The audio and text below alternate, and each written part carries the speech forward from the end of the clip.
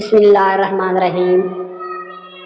آج کی اس ویڈیو میں ہم بستری یعنی سیکس کے 13 ضروری آداب کے بارے میں بتائیں گے۔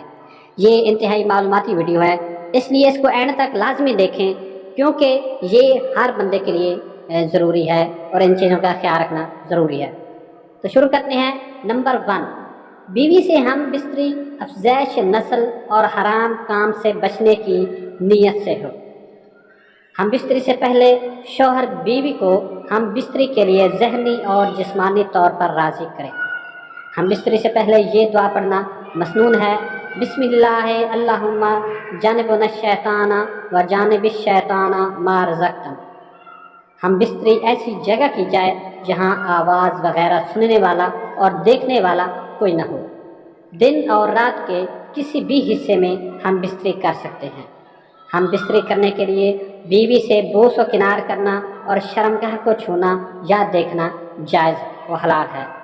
اگلی شرمگاہ میں ہم بستری کے لیے جو کیفیت اختیار کی جائے تمام کیفیات جائز ہیں۔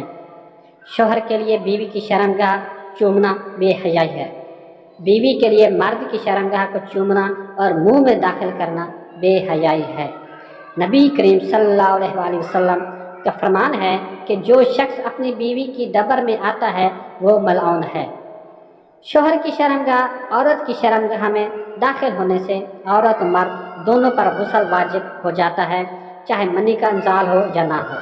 اولاد کے درمیان ضرورت کے تحت وقفہ کرنے کی نیت سے ہم بستری کرتے ہوئے منی شرمگاہ میں خارج کرنا جائز ہے اور میاں بیوی کی خلوت برتنے لوگوں میں بیان